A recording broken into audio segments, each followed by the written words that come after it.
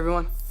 What's up guys, Unofficial MCU here, hope you're all doing well and welcome to my Marvel Studios D23 full panel announcement breakdown overview video. We are going to be going over just about everything that's been announced this past weekend at D23 for Marvel Studios. It's been a crazy couple of weeks here in the recent for Marvel and the MCU, by which we're going to continue to keep you guys updated with all of it here on the channel. It's all the more reason to grab that subscribe button if you haven't already. Anyway guys, we're gonna go ahead, we're gonna hop right on into it.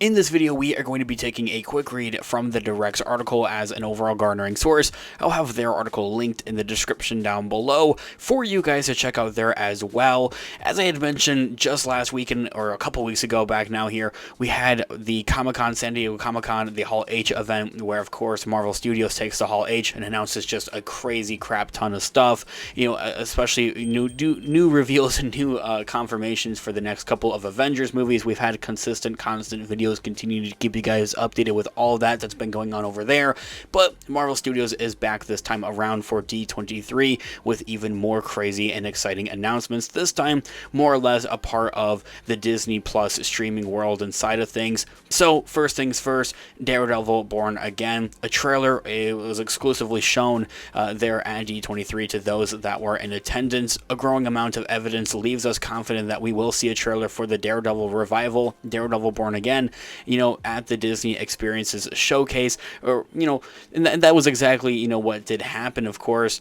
It's just a matter of when they actually reveal that trailer to the public. Of course, it has leaked around online, though. However, since then, I'll keep an eye out for you guys, and I'll have another video discussing that in more detail and in more depth at a later, separate future time here on the channel. Keeping it Daredevil centric, though. However, Jessica Jones, Kristen Ritter has teased a Jessica Jones return here, you know, possibly potentially setting things up with Daredevil Born Again, and then maybe having that possibility and opportunity to branch off from there with a revival of the Jessica Jones, you know, kind of like Netflix show, except, you know, this time around, you know, on Disney Plus.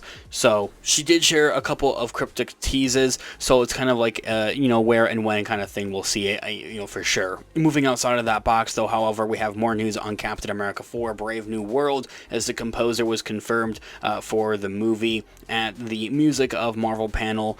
Veteran MCU composer Laura Karpman had confirmed that she's also creating the musical score for 2025's Captain America Brave New World. She's previously and recently has done the scoring for What If, the animated show, Ms. Marvel, and also the Marvels movie. So, yeah, I'm not really too picky about how the movie comes out, or how the music, much rather, for the movie comes out. It's definitely cool to see her returning, though, however, with that. Also, on the side of musical things going on, they also came out to confirm, or much rather more or less tease, Fantastic Fours and the score for that, who's going to be kind of constructing that. The Fantastic Four First Steps composer, Michael Neo, had gave fans the chance to listen to the first official music from the film's score thus far.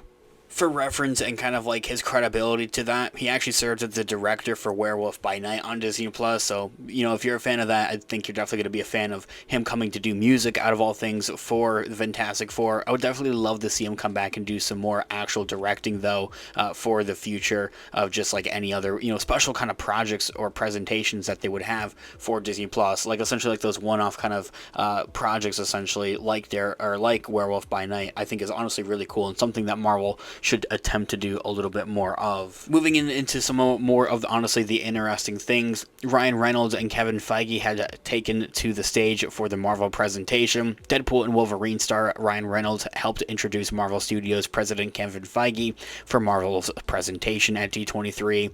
Ryan Reynolds jokes that his stabs at Marvel helped save the studio and that he and Feige are on the first name basis. Of course, very comedical, which we all love. Ryan Reynolds is just really such a character, and it's so cool to see him come to, you know, the Marvel Cinematic Universe, especially after the success with Deadpool and Wolverine. I'm definitely looking forward to seeing that movie a second time as it's still in theaters.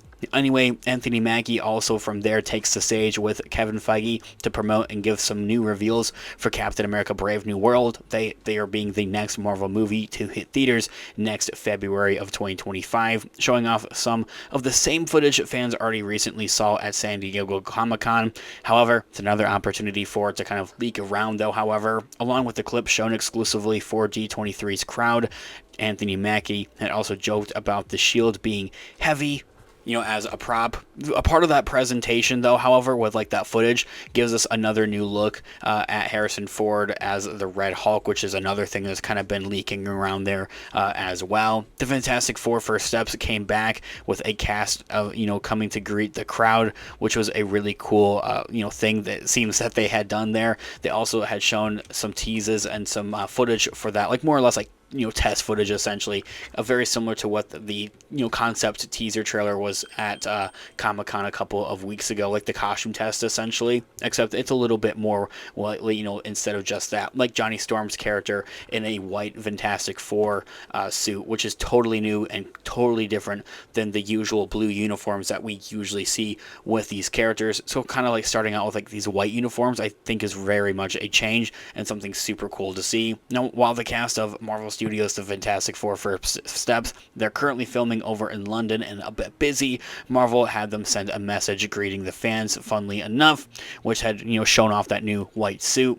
Fans saw the same concept trailer that was shown at Comic-Con, which included a look at Herbie and the shot that had showed off Galactus as well. Here's a project that I bet a lot of you honestly forgot about, because I'll be honest, I did too, that there is Disney Plus's Ironheart show. Marvel Studios brought the cast and crew of Disney Plus's Ironheart to the presentation as well, led by producer and Black Panther director Ryan Coogler. No other better than to take on this project. So honestly, I am really excited to see Ironheart, Disney Plus's show. I'm really looking forward to like kind of what it has in store here. The panel included Dominique Thorne, Anthony Ramos, and other co-stars from the new streaming entry to kind of just talk a little bit about the show and what it's like and kind of what we're anticipating and looking forward to with it. Now, I don't think that there's any release date for Ironheart's Disney Plus release, probably sometime next year though. However, if I had to take a guess, like next summer seems kind of open for them to do a Disney Plus release for the show. The series will see Riri Williams being expelled from MIT as she encounters the Hood, who offers her the tools to do what she wants to do with her life and also the technology. However, she would also have to do questionable things to get there, and she eventually shakes his hand, kind of as like a bit of a teaser or like promo, I guess, that they had shown in like some new footage exclusively, of course, for the crowd over at D23. I'll have another video discussing all of that kind of like plot details and everything that we know about that in a later separate feature video here on the channel. All the more reason to grab that subscribe button if you haven't already. From there, Daredevil Born Again takes center stage as like a big main presentation for D23. They had shown an exclusive teaser trailer, brought out a lot of the cast and crew members to discuss and talk about Daredevil Born Again, also revealing a new logo for the show there as well. Agatha All Along also followed up with that there as well, as that's ramping up to a release in the fall here, so a lot of promoting and marketing has kind of gone underway for that project as well, which we're very much looking forward to here on the channel. I'm looking forward to hearing what all of you guys have to say and think in the comments down below. Thanks so much for watching today's video. Of course, this has been Unofficial MCU. I'll catch you guys in the next one. Have a great one. Peace out.